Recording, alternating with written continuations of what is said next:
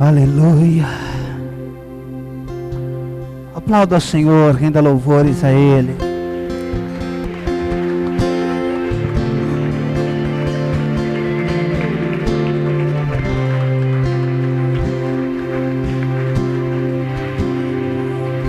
Glória a Deus. Podeis assentar. Boa noite, graça e paz. Amém. Glória a Deus. A Jesus toda a honra, toda a glória, todo o louvor. Abra a tua Bíblia no livro de Efésios, carta do apóstolo Paulo aos Efésios. Vamos meditar um pouco na palavra. Efésios, capítulo 2.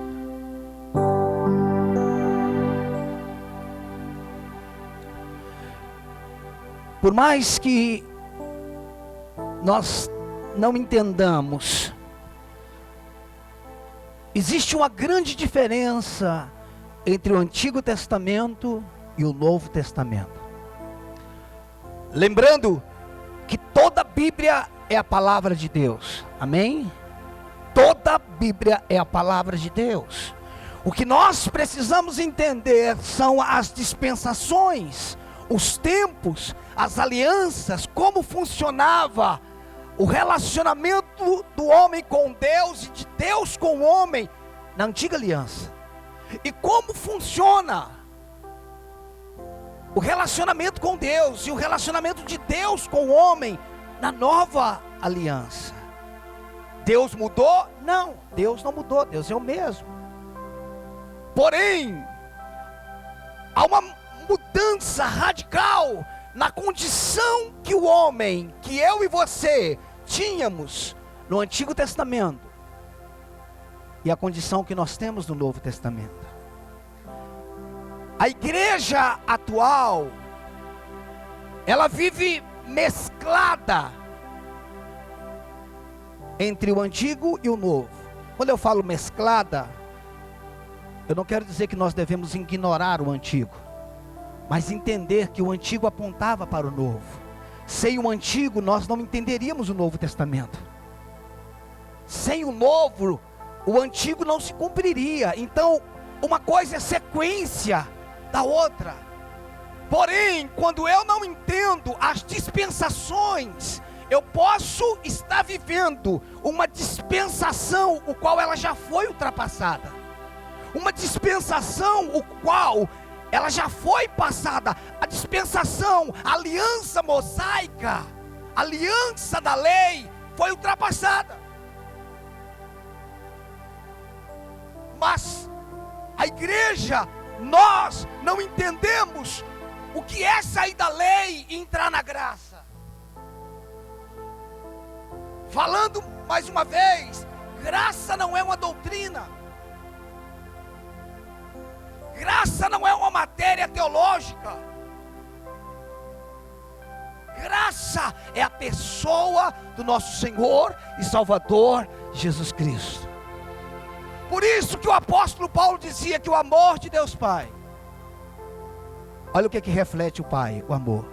A graça do nosso Senhor e Salvador Jesus Cristo. O gozo, a comunhão e a consolação do Santo Espírito esteja com todos vós. Você está entendendo? Jesus não tem graça, Ele é a graça. Por que eu estou te dizendo isso? Tentando dar um pano de fundo para nós entrarmos. É que no Antigo Testamento, não se assuste antes da conclusão. Não se assuste antes da conclusão. No Antigo Testamento, o homem era o ramo, era a raiz, e Deus era a árvore. Vou explicar. Na antiga aliança, o homem era a raiz e Deus era a árvore. E você pergunta, como assim, pastor? É que a árvore produzia, ou a árvore fazia, de acordo com a raiz. Se a raiz vivesse em obediência, a árvore produzia bons frutos. No Antigo Testamento, Deuteronômio 28, versículo 1, nós vamos ler Efésios 2, fica aí. Deuteronômio 28, traz clareza sobre o que eu estou falando de raiz e árvore. Se hoje ouvires a voz do Senhor teu Deus e guardar todos os mandamentos, todas as bênçãos virão sobre ti e te alcançarão. Deuteronômio 28, do 1 ao 14, é bênção. Do versículo 15 em diante, é maldição, baseado na desobediência. O senhor quer dizer com isso que a lei era ruim? Não. A lei, como disse Paulo, é santa. A lei é perfeita. Porém, o homem não tinha condição de viver a lei, de cumprir a lei. Porque um homem em pecado jamais pode viver ou fazer alguma coisa que está ligada à santidade. Santidade não é o que eu faço de certo.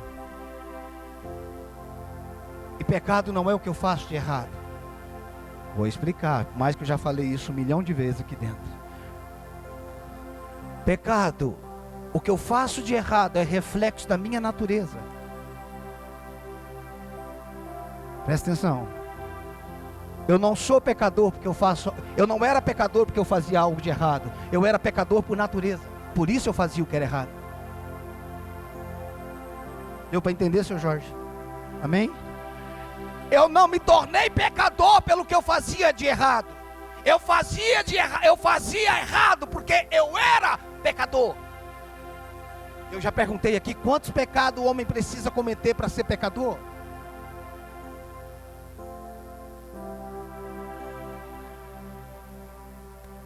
Nenhum. O homem não precisa cometer nenhum pecado. O salmista diz: em pecado eu fui gerado, e em pecado me concebeu minha mãe. Porque através do primeiro homem, através de Adão, todos morreram. Através da desobediência de Adão, todos foram contaminados. Ninguém perguntou para você se você queria ser pecador ou não. Ninguém te deu a opção. Você nasceu pecador, eu nasci pecador. Porém, nós recebemos uma nova vida. Pela desobediência de um homem, entrou o pecado no mundo.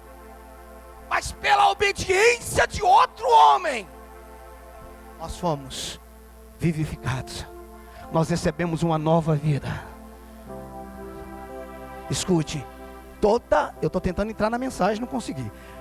Toda maldição, presta atenção, porque nós precisamos entender um lado para entendermos o outro. Às vezes nós entendemos um lado, mas não cremos no outro. Toda maldição, toda doença, toda pobreza, toda maldição, toda escassez é reflexo da desobediência do primeiro homem chamado Adão. Quantos concordam com isso? Amém? Ok. Então através de um ato de desobediência, vou colocar apenas como um ato de desobediência, tudo isso sobreveio na raça humana, ok? Só que veio outro homem, não nascido como eu e você, nascido através de uma mulher chamada Maria, mas não de um relacionamento sexual de um homem e de uma mulher.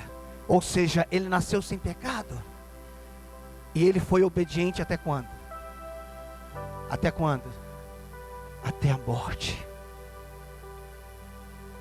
Se pela desobediência de um veio o que veio, o que aconteceu com aqueles que creram na obediência total de Cristo?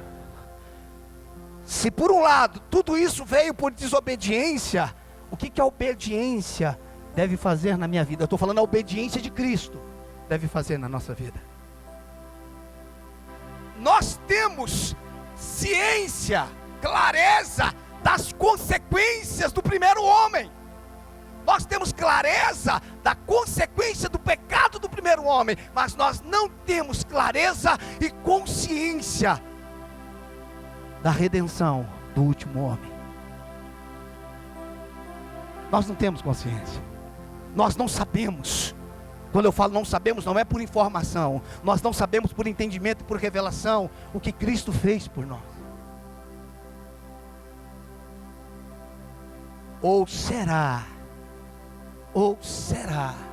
que o que o diabo fez no Éden? Eu sei a resposta, mas a resposta é óbvia, mas a postura não. Será que o que o diabo fez no Éden é mais poderoso do que o que Jesus fez na cruz? É óbvio que a gente vai responder que não. No Éden, no Éden, o diabo interrompeu meu relacionamento com Deus. Na cruz, Jesus interrompeu meu relacionamento com o diabo. No Éden, eu fui separado de Deus. Na cruz, eu fui criado em Deus. Vamos ler Efésios, vamos. Efésios capítulo 2.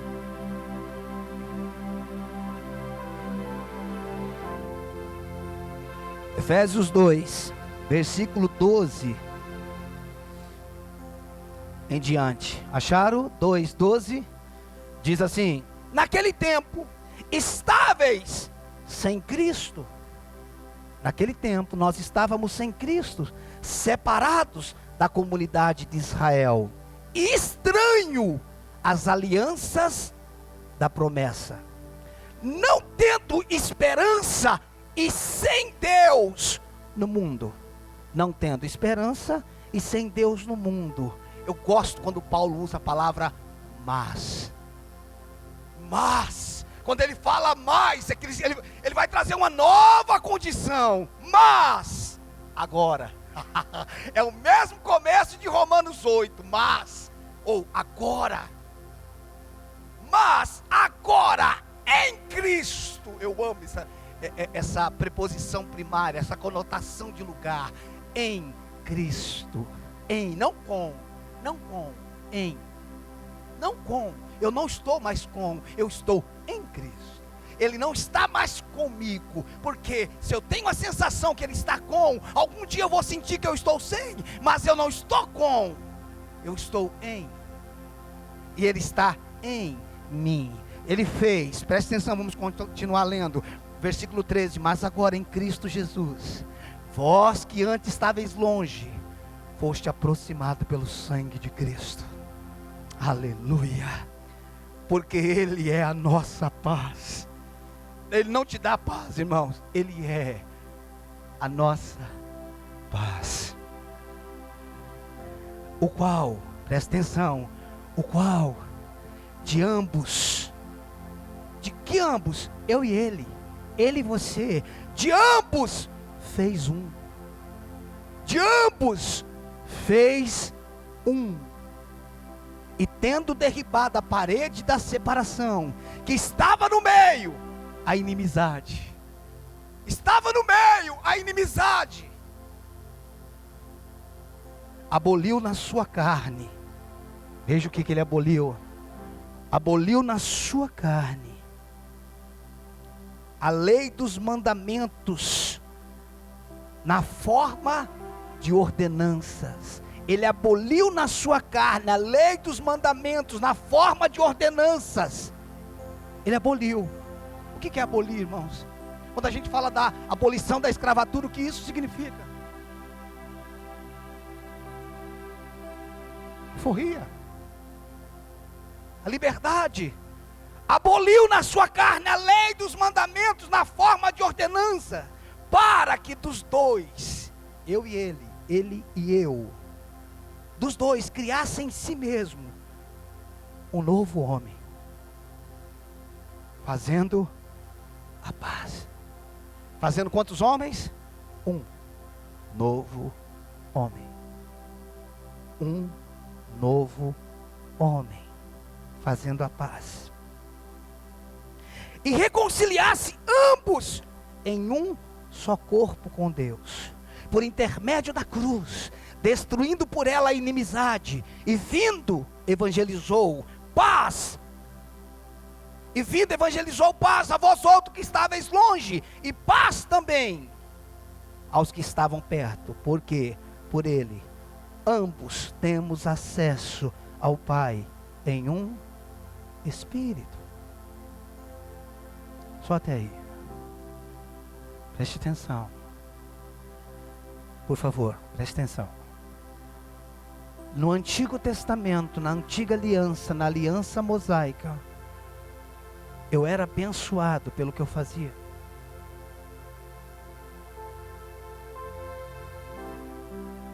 Eu disse de uma forma espantosa que o homem na antiga aliança, ele era a raiz e Deus era a árvore. Eu não estou falando de forma diminutiva. Eu estou falando que Deus refletia aquilo que o homem fazia. Se o homem fizesse algo bom, o que viria sobre ele? Coisas boas. Se o homem fizesse algo ruim, o que vinha sobre ele? Maldições. Você está entendendo porque que eu disse que o homem era a raiz? Ou seja, o que a árvore produz de acordo com o quê? Com a raiz.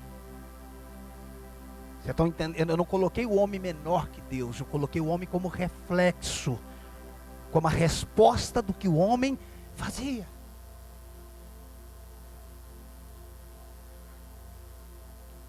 Esse assunto seria bem extenso.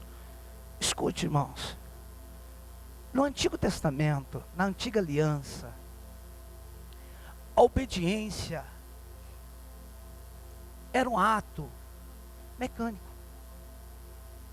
Na Antiga Aliança, a obediência era um ato mecânico. Por exemplo, se o homem tivesse um pensamento, ou uma mulher tivesse um pensamento imoral, isso não seria tido como pecado na Antiga Aliança. Pelo menos a Bíblia não menciona isso em momento algum. O homem precisava ser pego no ato de adultério. Quando Jesus chega, ele diz que se o homem pensar, ele já adulterou. Porque na Antiga Aliança, o adultério era um ato. Na Nova Aliança, o adultério é um pensamento. Você está vendo? Por quê, pastor? Por que mudou? Porque a lei do Espírito da vida nos livrou da lei do pecado e da morte. Romanos capítulo 8. A lei foi escrita para pessoas que estavam mortas, elas não tinham consciência. Então, quando a obediência era um ato, ninguém queria saber se você queria obedecer ou não. Se você obedecesse, amém. Era um ato. Quantos de nós, ou melhor, todos nós aqui já fizemos algo quando nós não queríamos fazer? Sim ou não? Sim, com certeza. Isso no Antigo Testamento, normal. Sem problema. Porque o que valia era o quê? A sua ação. O que valia era o seu ato. No Novo Testamento não, irmãos. Você não erra quando fez. Você já erra quando pensou em fazer. Dá para entender isso? Não. Porque é uma questão de vida, é uma questão de consciência. Eu quero que você entenda isso. Porque nós não sabemos o que é obediência. Obediência, irmãos, não é fazer o que tem que ser feito. Por exemplo, as leis de trânsito, ela não quer saber se você concorda. Às vezes nós estamos numa avenida, quando eu pego a Avenida Bandeirante, atrasado para ir para o aeroporto por causa do trânsito. Aquela avenida, se eu não me engano, era 60 ou 50 por hora. 50 por hora. Eu falo, gente, uma avenida dessa poderia ser pelo menos 70. Eu discordo disso, mas eu não sou louco de passar a mais de 50 no radar. Eu passei a menos de 50, segundo a lei de trânsito. Eu obedeci ou desobedeci? Obedeci, não vai chegar nenhuma multa para mim. Mas eu concordo com isso. Dentro do que eu falei, eu concordo? Não, eu não concordo. Mas a lei está dizendo, pouco me importa se você concorda. Eu quero só que você obedeça. Se você obedecer, não vai chegar nenhuma multinha na sua casa. Se você não obedecer, eu vou mandar uma foto bonita do seu carro para você. É assim que vai acontecer. Eu só preciso entender, nós só precisamos entender que o reino não funciona mais assim. Deus não quer que você faça porque você tem que fazer. Deus quer que você faça porque você quer fazer. Porque Deus só aceita quem tem vida, irmãos. O homem ligado ao primeiro Adão, nada tinha vida. O sacrifício do homem era morto. O homem estava separado de Deus, ele estava morto. No Novo Testamento, Deus, preste atenção, irmãos, não é que Deus recebe algo nosso, Deus recebe de Cristo, e nós fomos inseridos em Cristo. É por isso que muitas coisas nós não entendemos. Por que não funciona? Vou abrir um parênteses e fechar. Por que às vezes a gente fala, não, pastor, eu estou dando dízimo, mas o meu dízimo Por que não funciona? Você está dando de coração ou só está dando com a mão? Não, pastor, eu estou dando por causa de Malaquias 3, por causa do devorador. Esquece o devorador, o devorador é você mesmo.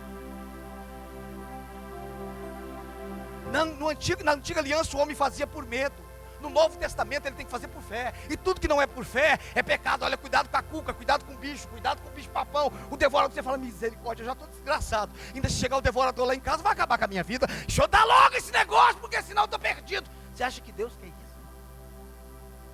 Você acha que Deus quer isso? Então o senhor está falando para não fazer, pastor? Não, estou falando sobre uma obediência que flui de dentro. Não é por causa da cuca não, irmãos. Não, deixa eu ler a Bíblia, né? Porque eu tenho que ler a Bíblia. Você não tem que ler a Bíblia não, irmão. Você só lê se você quiser. Imagine Deus olhando para você e você falando, né? Eu não queria ler, mas eu estou lendo. É isso? Vamos orar, né? Porque tem que orar, né? Fazer o quê? Você acha que Deus quer isso? Minha amada irmã, com todo respeito, você gostaria que teu marido começasse a acariciar você, abraçar? Eu te amo, mas eu te amo não é porque eu quero não. Eu só te amo porque Deus mandou. Você falaria, não tem problema, o importante é que você me ama. Você queria esse amor? Sim ou não? Se você não quer esse tipo de amor, por que Deus quer? Você não tem que estar aqui porque você tem que estar. Você só tem que estar aqui se você quer estar. Você está entendendo? Você não tem que orar porque você tem que orar. Você só tem que orar se você quer conhecer o seu amado. Se você quer conhecer o Senhor, aí você vai orar. Você só tem que ler a Bíblia, irmãos, quando você quer conhecer a palavra e ser alimentado, ter uma transformação na mente. É isso que faz a diferença. Escute, irmãos, na nova aliança você não tem que fazer. Obediência não é um ato físico. Obediência no Novo Testamento é um ato que flui do coração. Significa, irmãos, a Bíblia fala sobre uma parábola, eu não vou ler porque eu tenho outros textos para ler. A Bíblia fala sobre um pai que chegou para o filho e falou, vai para o campo. O filho falou que não ia, falou que ia e não foi. Chegou para o outro filho e falou para o filho, vai para o campo. O filho falou que não ia, mas foi. Qual dos dois obedeceu? Um falou que ia, mas dentro dele ele não queria ir, por isso que ele não foi. O outro falou que não ia, mas depois repensou, e dentro dele ele viu o entendimento, e ele foi. Preste atenção, irmãos. A nova aliança é para pessoas que foram vivificadas em Cristo. A maneira como nós nos conduzíamos na antiga aliança não pode, não deve ser a mesma maneira que nós devemos nos conduzir na nova aliança. Ou seja, na nova aliança, eu não faço para ser abençoado. Eu sou abençoado, por isso eu faço.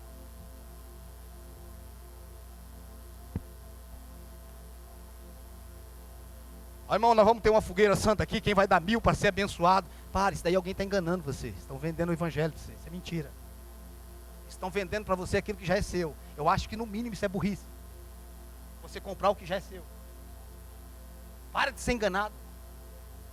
Pare de comprar aquilo que já é seu. Se em Deuteronômio 28 dizia, se ouvires a voz do Senhor teu Deus e guardar os mandamentos, você vai ser abençoado. Em Efésios 1:3 diz, bendito Deus e Pai de nosso Senhor Salvador Jesus Cristo, que nos abençoou com toda sorte de bênção. Agora não para aí, nos abençoou com toda sorte de bênção em Cristo Jesus. Por que Deus foi lá e descarregou o caminhão de bênção em Cristo Jesus, se no Antigo Testamento o homem precisava obedecer para receber? Aí você fala, pastor, então no Novo Testamento o homem não precisa obedecer? Não é que o homem não precisa obedecer, é que Cristo obedeceu. E como Cristo obedeceu, Deus descarregou sobre ele, mesmo quando você não fez nada, não tinha feito nada, todas as bênçãos já estão em Cristo. Você entendeu como é que muda? Não é que a bênção veio mais fácil, não. Cristo foi obediente até onde? Até a morte. Quando ele terminou, as bênçãos estão onde? Quando você está nele. Você está entendendo isso? A diferença, irmãos? nosso relacionamento com Deus não é para que nós o convençamos, para que Ele nos abençoe. Nosso relacionamento com Deus é para que cresçamos em fé, para nos apropriar daquilo que já é nosso. Obrigado pelo seu amém tão empolgado. Abra comigo em Romanos.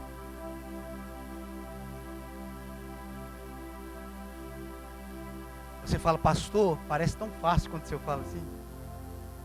Parece que a gente não tem compromisso nenhum. Escute, irmãos, não se engane. Eu estou falando de uma vida em Cristo.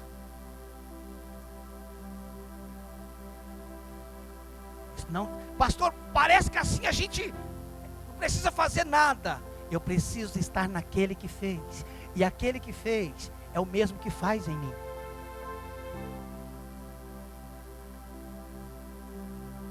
Eu não estou tentando ser abençoado, irmãos. Eu estou lutando para crer que eu sou abençoado. A minha batalha não é para receber, é para crer naquilo que eu já recebi.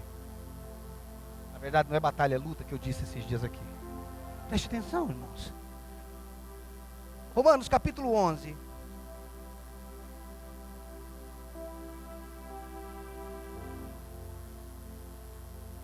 Eu sei que para quem gosta, ou quem quer uma regra para andar, deita e rola nisso que está ouvindo.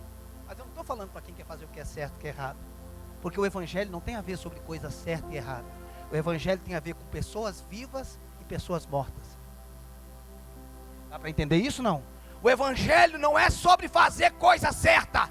E pecado não é simplesmente fazer o que é errado. O Evangelho é que quem está vivo em Cristo Jesus não vive em pecado. Coisa errada é porque quem está fazendo coisa errada está vivendo na prática do pecado, é porque está morto. Dá para você entender? Pastor, o que revela se eu estou vivo ou morto? Pois é, o que você vive diariamente. O que você vive diariamente revela se você está vivo ou morto. Mas eu posso colocar um monte de regras sobre você, e a igreja tem feito isso, para que você tente convencer a Deus pelo que você faz para Ele te abençoar, quando na verdade Ele quer que você esteja convencido que Ele já te abençoou. Irmãos, presta atenção, que o Espírito Santo abra o nosso entendimento em nome de Jesus. Nós fomos amaldiçoados por causa de nós mesmos? Primariamente? Foi ou não? Foi por causa de você que você foi amaldiçoado ou não? Irmãos, a nossa consciência é a mesma consciência dos discípulos lá em João 9. O que é que os discípulos perguntaram para Jesus? Quem pecou? Vamos ver se tem uma pergunta mais burra do que essa. Jesus, mestre, quem pecou? Ele ou os pais dele para que ele nascesse assim? Ou seja, se os pais dele pecou, a pergunta ainda tem lógica, né? É consequência, né? Mas ele pecou ou os pais dele pecaram para que ele nascesse assim? Quer dizer, aonde foi que ele pecou que ele nasceu assim? Dentro da barriga da mãe dele, ele deu uns 2 chutes, falou, está em pecado, você vai nascer defeituoso. Não tem base isso. Não tem base. Por quê? Porque, irmãos, a cabeça nossa é isso.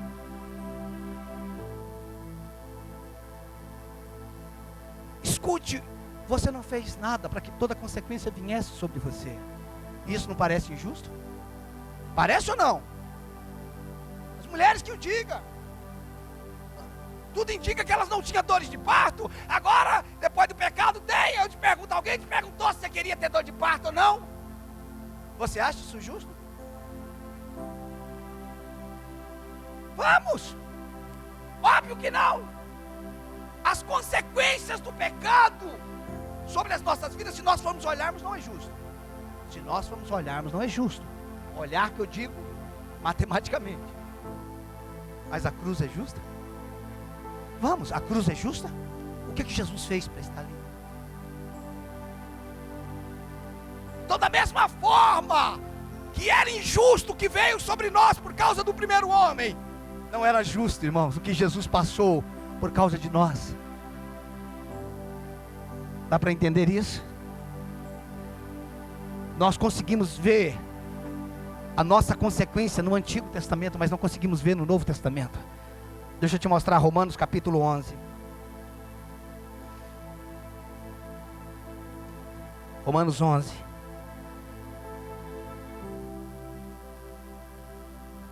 Versículo 16. Romanos 11, 16. Acharam? Diz assim: e se forem santas as primícias da massa, igualmente o será a sua totalidade. Se for santa a raiz, também os ramos o serão. Se porém alguns dos ramos foram quebrados, e tu sendo oliveira brava, todos nós éramos oliveiras bravas, irmãos, foste enxertado em meio deles, e te tornaste participante da raiz e da seiva da oliveira, não te glories contra os ramos, porém se te gloriares, sabe que não és tu que sustenta a raiz, mas a raiz a ti. Agora vá para João 15 para que você entenda isso, para você entender a conclusão desse texto. João 15. Aleluia, Jesus. João 15, versículo 1 em diante, acharam? Aqui são as palavras, baseado no relato de João, aqui são as palavras de Jesus Cristo. Jesus diz assim: eu sou a videira verdadeira. Quem é a videira? Jesus. E o meu pai é o agricultor. Eu sou a videira, o agricultor é meu pai. Então ele está falando do pai e está falando dele. Vamos ver quem nós somos. Todo ramo que estando em mim não der fruto, ele o corta. E todo que dá fruto, limpa, para que produza mais fruto ainda. Aí, quer ver como é que ele indica que somos nós? Vós já está limpo. Vós já está limpo pela palavra que vos tenho. Ele acaba de dizer para os discípulos, ele acaba de dizer para nós vamos continuar lendo. Vocês já estão limpos. Ele estava falando do ramo, agora ele está dizendo, vocês já estão limpos. Você pode dizer amém por isso? Vocês já estão limpos pela palavra que vos tenho falado. Versículo 4. Permanecei em mim, e eu permanecerei em vós. Como não pode o ramo produzir fruto de si mesmo, o ramo não pode produzir nada dele mesmo.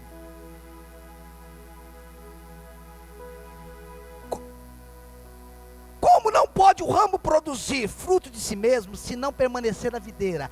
Assim nem vós podeis dar, se não permanecerdes em mim. O que é que Jesus está falando? Tudo que acontece a partir de agora tem a ver se vocês estão ligados a mim ou não. Porque se no Antigo Testamento o homem era um ramo, eram as raízes, e Deus refletia como árvore, no Novo Testamento Ele é a raiz. Ele é a raiz. Existe pecado nele? Vamos. Existe pecado nele? Existe imoralidade nele? Você está nele? Você está nele? Deve haver imoralidade em você? Nós lemos em Romanos que se as primícias são santas, todo o restante é santo. Se ele é a videira e ele é santo, eu estou nele. Como é que eu sou, irmão? Você está entendendo isso? O que o senhor quer dizer, pastor? É que na nova aliança, a minha vida é reflexo da vida dele. Uau, isso é muito precioso. Versículo 16, versículo 5. Eu sou a videira, agora ele vai falar claro. Eu sou a videira, vós o ramo. Vós os ramos. Quem permanece em mim e eu nele, esse dá muito fruto. Esse dá muito fruto. Ao restante do versículo. Porque sem mim, o que eu posso fazer sem ele? O que é nada, irmão? Eu posso ser santo sem ele? Eu posso ser fiel sem ele? Eu posso ser honesto sem ele? Eu posso ser justo sem ele? Você está entendendo como santidade no Novo Testamento é muito mais do que o que eu faço? O que eu faço é reflexo de quem eu sou. Eu já disse aqui, irmãos, um homem que não trai, um ímpio que não trai a sua esposa.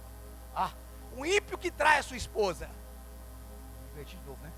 Um ímpio que não trai a sua esposa, ele é santo? Vamos, gente. Um ímpio que não trai a sua esposa, ele é santo? E se o crente não trai a sua esposa, ele é santo ou não é? Isso não é um princípio de santidade? Sim ou não? Sim! Mas por que para o ímpio, mesmo ele sem trair, isso não gera santidade? Porque santidade é muito mais do que o que eu faço. O homem pode fazer tudo certo sem Deus, ele está condenado. Porque não é uma ação do homem que salva ele, é Cristo Jesus que nos salva. Você está entendendo o que eu estou falando para você? O que eu quero dizer, irmãos, que não é por quanto você é bom que você é salvo. Não é por quanto você faz certinho. Ah, fulano se converteu, mas ele já era uma pessoa boa, só faltava se converter. Pois é, estava indo para o inferno. Irmão, que mentalidade que a gente tem. Rapaz, pastor, pensa num cara bom. A pessoa já me fala assim, cara joia, pastor. Família, cara assim, tremendo, só não se converteu. Tipo assim, como se só não se converteu, é como se ele tivesse só com a mãozinha suja. Deixa eu te falar, irmãos. Concorde você com isso ou não? O homem pode ser bom o quanto ele for. Se ele não tem Jesus, ele é tão pecador como Adolf Hitler.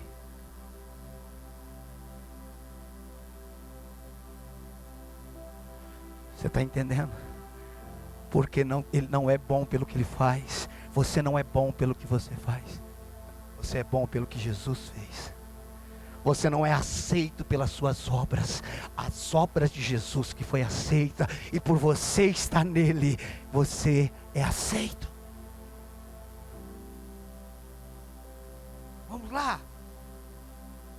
Sem mim nada podeis fazer. Eu posso ser santo sem ele, irmãos? Não. Vou fazer um ato de santidade. Não, irmãos. Ato de santidade sem ele é religiosidade.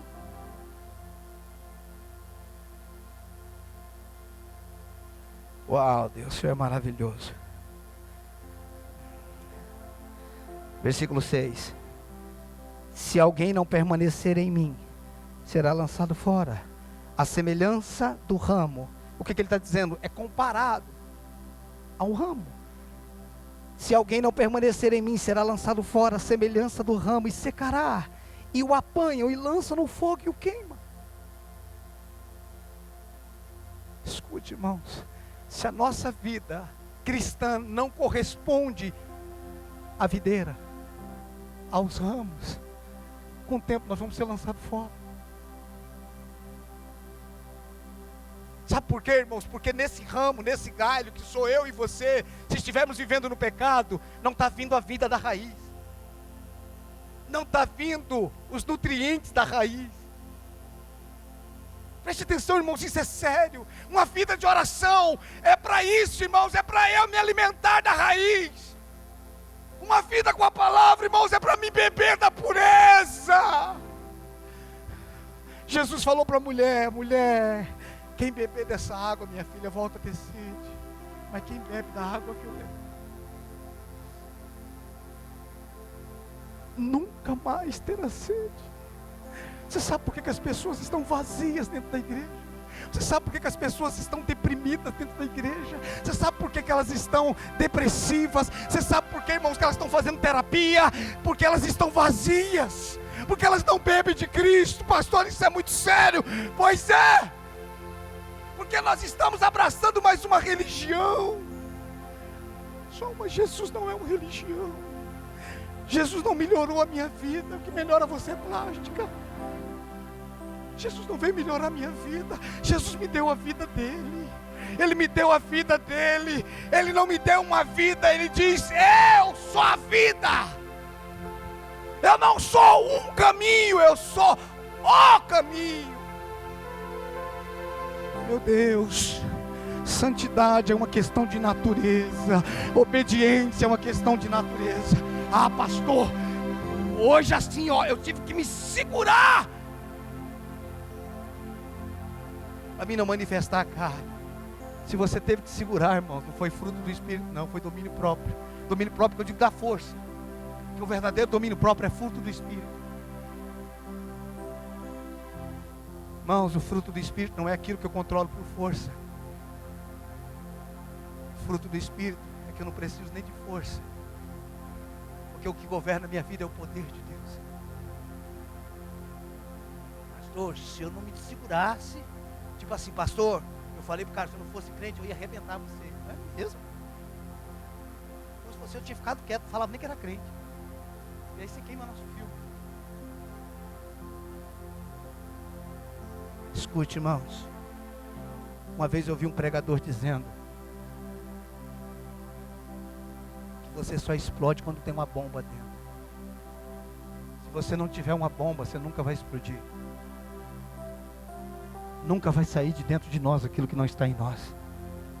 Nunca vai sair, vai se manifestar o pecado se a vida de Cristo estiver em nós. Nunca, você pode levar um tropeção de arrancar a cabeça do dedão, nunca vai sair um palavrão daí. Por que, senhor fala? Porque eu já tomei. Sai, irmãos, porque não tem aqui dentro. Nossa, pastor, quanto o senhor tem controle? Não, é a vida dele que tomou a minha vida. Preste atenção, irmãos. O cristianismo da nova aliança é um cristianismo que reflete a vida que está no nosso espírito. Por favor, se manifeste, que eu quero saber quem é você. Eu sempre falo isso para o André. Às vezes acontece uma situação na igreja, eu falo para ela, pois é, meu amor, isso é bom e ruim. Por que é ruim? É ruim porque é um problema para a gente resolver. Mas é bom, porque a pessoa revelou quem ela é. Tem situações, irmãos, que só servem para revelar quem a gente é. Tem coisa, irmão, que a gente está gritando para você se manifestar. Manifesta aí para a gente ver.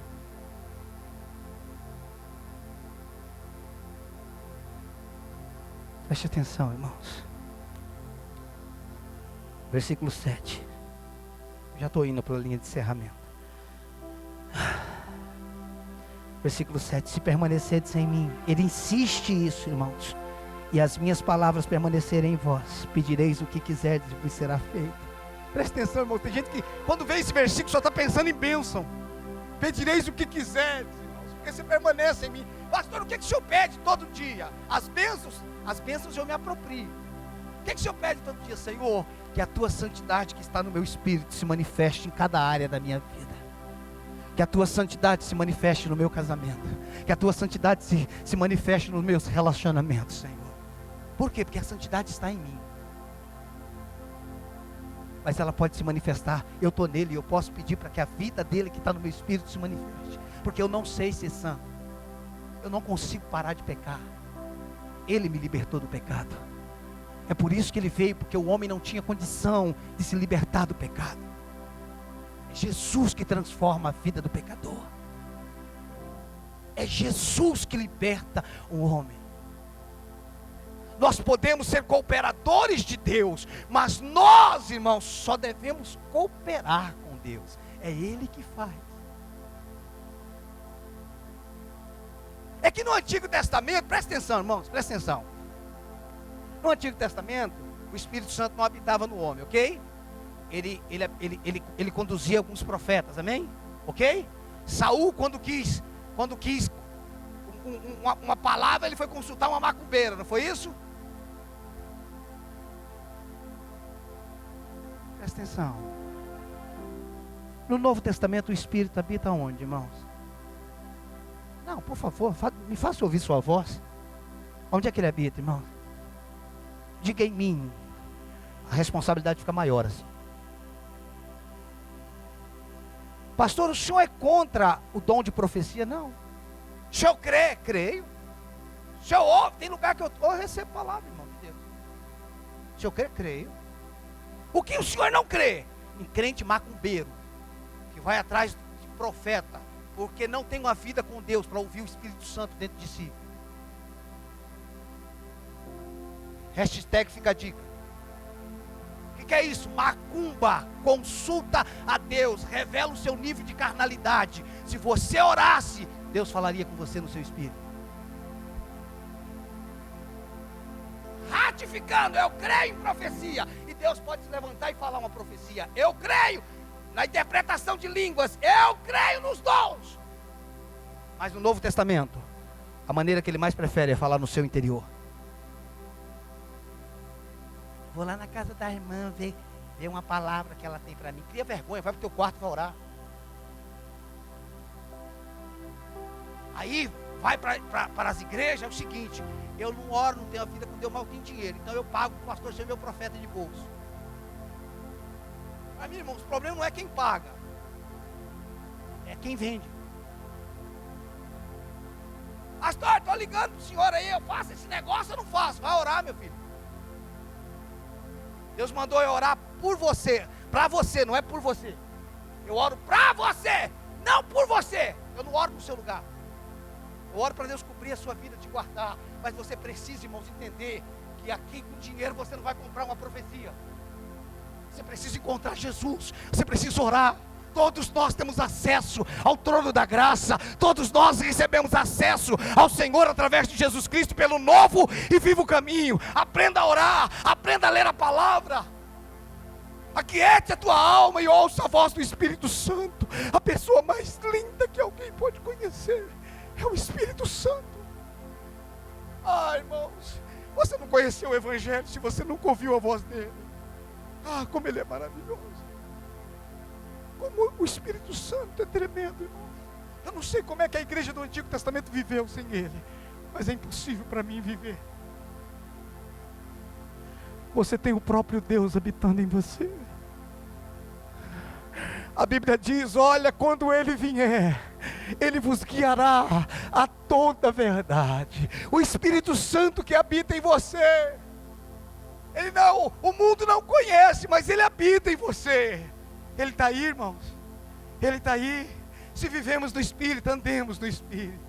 O vento sopra onde quer, ouvimos a sua voz, mas não sabemos nem de onde vem, nem para onde vai. Assim é todo aquele que é guiado por ele. Irmãos, como é maravilhoso acordar de manhã e dizer: bom dia, Espírito Santo. Que privilégio que eu tenho do Senhor habitar aqui. O senhor sente algo, pastor? Não, eu creio. Nesse momento, quando eu estou falando, eu não estou sentindo nada. Às vezes estou sentindo sono, vontade de voltar para a cama.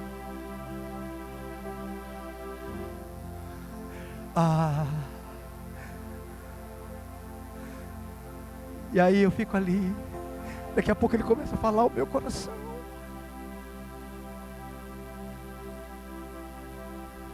E você não tem que olhar para mim como se falasse: uau, pastor, o senhor é especial. Não sou igual a você.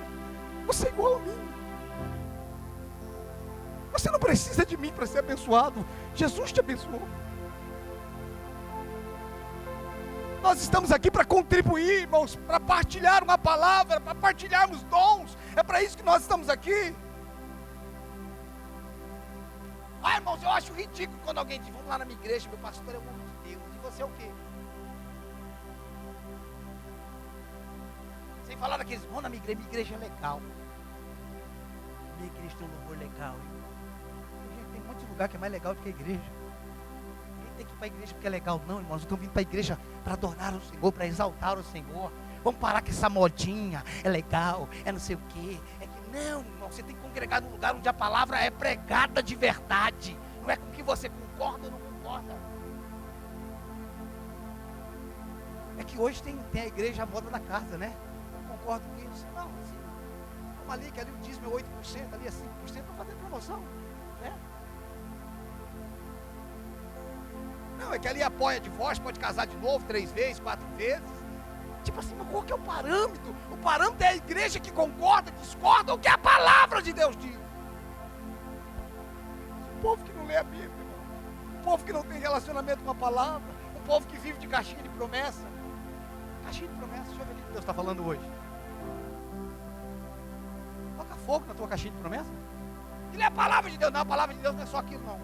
Aquilo ali é só para alegrar a tua alma. Toca fogo naquilo ali.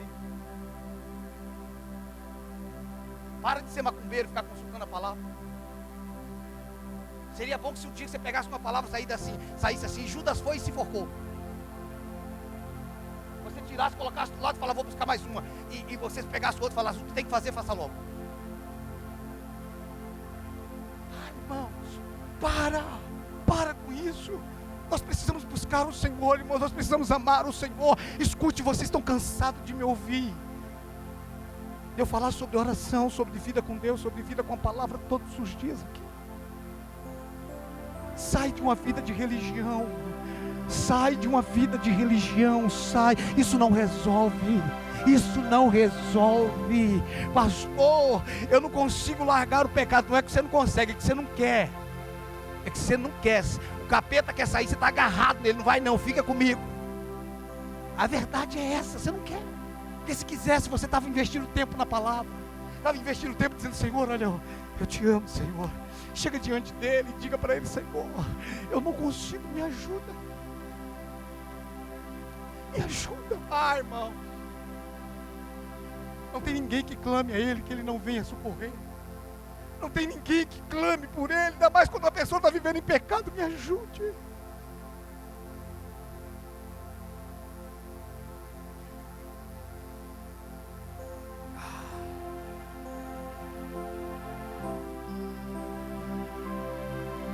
Nós precisávamos, irmãos, estar mais preocupados com outras coisas do que com pontos de santidade.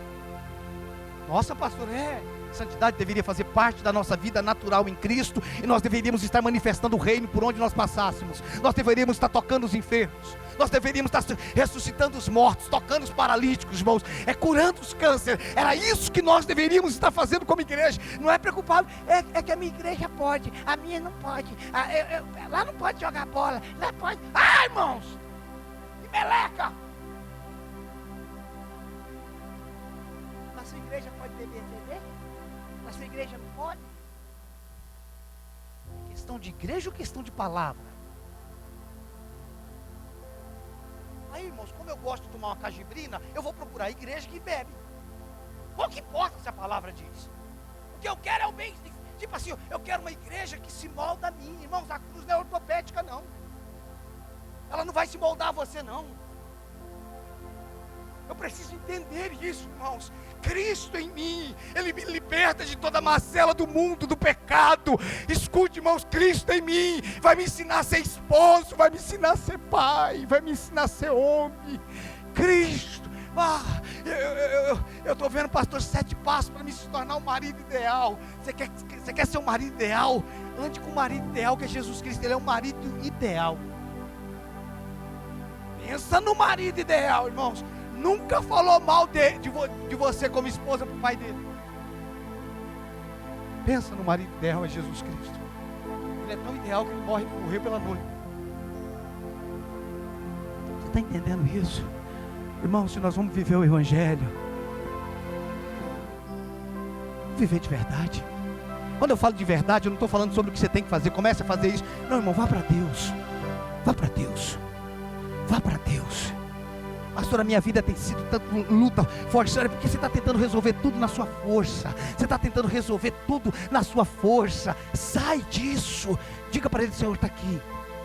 A partir de hoje eu quero ser conduzido por ti. Pastor, eu não aguento mais meu casamento, porque casamento não é para você resolver na carne. Senhor, meu casamento está aqui. Hoje eu quero ser. A partir de hoje eu quero ser Cristo no meu casamento. Eu quero que Cristo reflita no meu casamento. E a mulher deve dizer a mesma coisa. Você está entendendo? Jesus, me ajuda.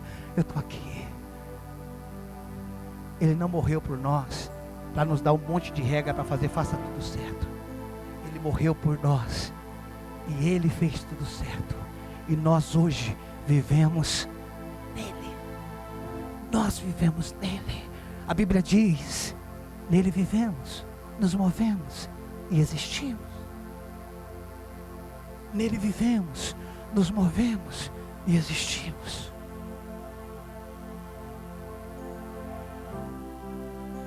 Irmãos, quanto tempo você passa com Ele? Como é que é o seu relacionamento com Ele? Vamos. Qual é a sua expressão de amor? Eu não estou falando da boca para fora. O que sai do seu coração?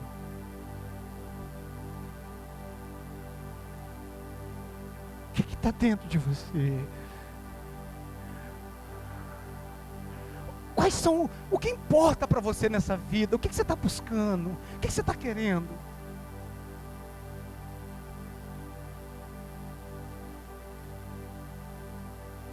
O que tinha na casa de Marta, de Maria e de Lázaro, que Jesus queria tanto estar lá, irmão? que ele tinha noite que ele ia para lá só para dormir. Por que ele queria ir para lá? Será que era da comida da Marta, irmão? Mas teve dia que ele saiu de lá com fome, irmãos. Um dia que ele amaldiçoou a figueira, ele tinha saído da casa de Marta e de Maria, e pelo jeito não comeu nada, nem café da manhã deram para ele, porque ele amaldiçoou a figueira que não tinha comida, que não tinha fruto. Ele não estava lá só por causa da comida, irmão. Ele estava lá porque ali era um ambiente propício. Ali tinha Lázaro que o amava, tinha Maria que o ouvia, e tinha Marta que o servia. Essa é a vida de um cristão. Lázaro, Maria e Marta. Lázaro que ama, Maria que vai para os pés, e Marta que vai trabalhar. Primeiro a gente ama, depois a gente vai para os pés dele, e só depois de ouvirmos tudo nós devemos ir fazer a obra. Eu vou ficar aos teus pés. Como o William tem cantado uma música muito bonita aqui que diz: como Ruth aos pés de Boaz uma noite inteira, quero ficar aos teus pés. Como Ruth aos pés de Boaz uma noite. A música só diz isso. Você fala, mas o resto não precisa de mais, irmão. Fica nos pés dele a noite inteira, tá bom.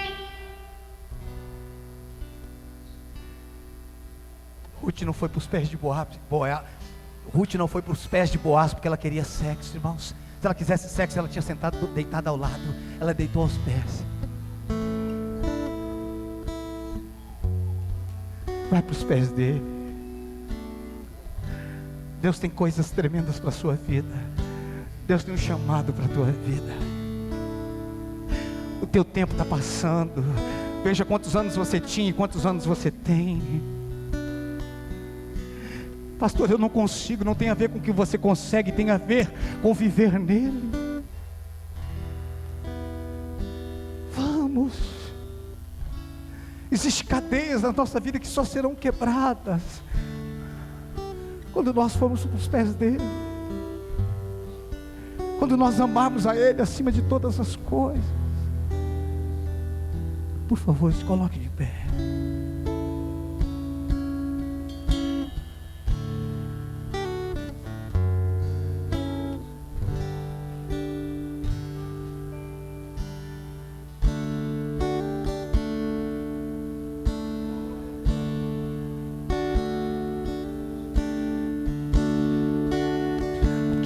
Eu vou clamar, pois tudo vem de ti e tudo está em ti. Por ti vou caminhar, tu és a direção, o sol a me guiar. Tudo pode passar, teu amor jamais me deixará. Sempre há de existir Um novo amanhã. um novo amanhã preparado pra mim.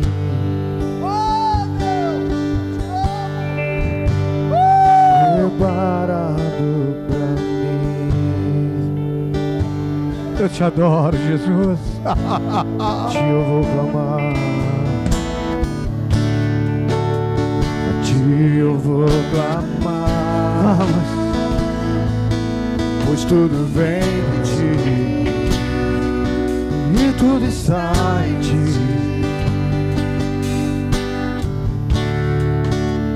Por ti vou caminhar, tu és a direção, o sol a me guiar. Tudo pode passar, teu amor jamais me deixará. Sempre há de existir um novo amanhã preparado pra mim. Aleluia!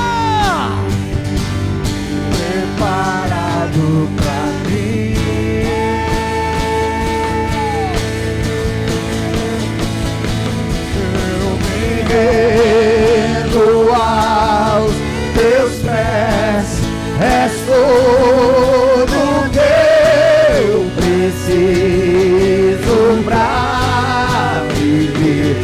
Eu me lanço a teus braços, onde encontro meu repouso.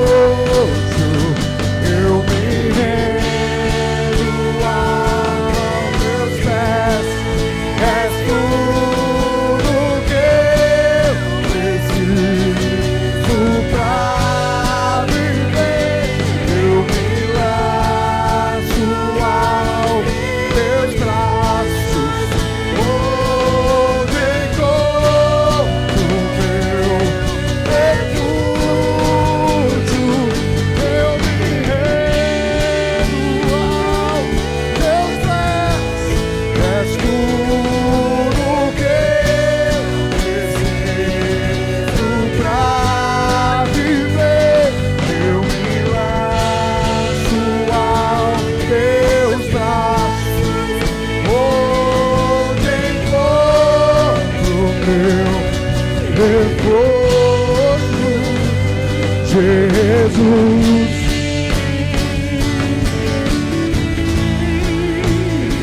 eis-me aqui.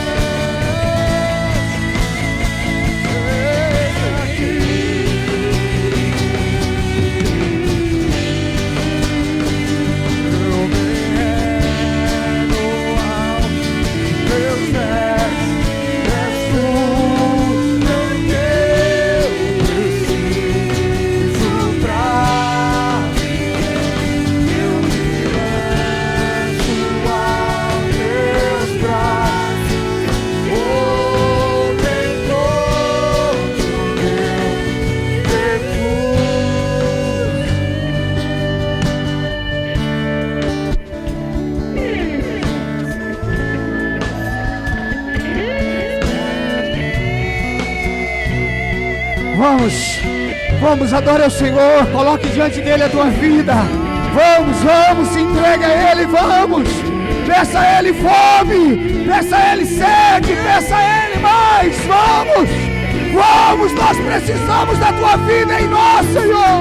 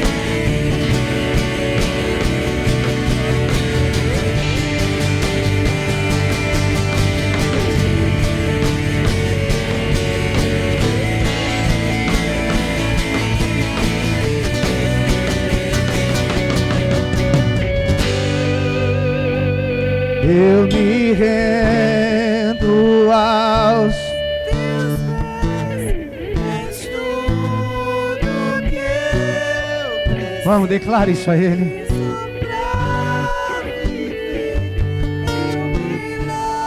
Diga isso como sua oração. Teus braços, És tu de encontro meu.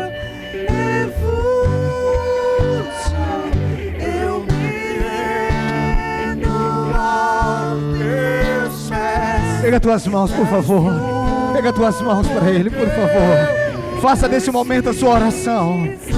Faça desse momento a sua oração, por favor. Eu me lanço aos teus braços, onde encontro meu refúgio. Eu me rendo aos teus pés, és tudo que eu preciso pra viver. Eu me lanço a teus braços, onde encontro meu refúgio. Eu me rendo aos teus pés, és tudo que eu preciso pra eu me lanço aos teus braços, onde encontro meu refúgio.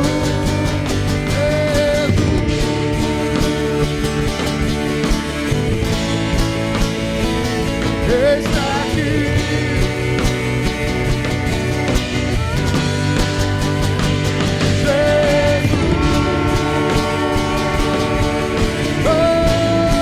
Oh! E ela amassou, recanda, ela bacana, ela amassou, recanda, ela amassou. Oh! Ela amassou, recanda, ela amassou, recanda, ela amassou. Glória a Deus, aleluia. Toda honra e toda glória te pertence, Senhor. Tu és digno, Senhor. Tu és digno, Senhor. Tu és a nossa vida.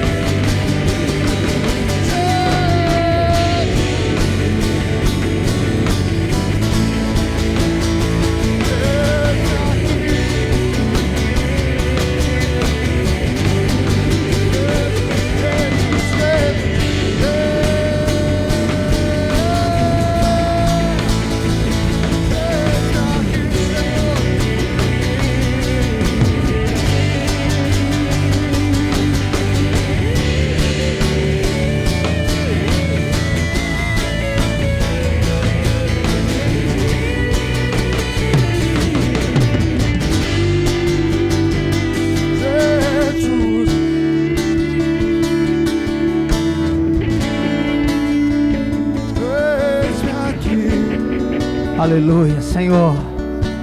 Que cadeias nessa noite sejam quebradas. Cadeias de mentalidade errada sejam quebradas, Senhor. Toda mentalidade de meritocracia sejam quebradas nessa noite, em nome de Jesus. Que a vida de Cristo cresça em nós. Que a realidade de quem Ele é se manifeste em nossa vida, nos nossos negócios, no nosso relacionamento, no nosso casamento, nos nossos filhos, nos nossos pais, Senhor. Senhor, que a Tua santidade possa, Senhor amado, se manifestar por onde nós passarmos.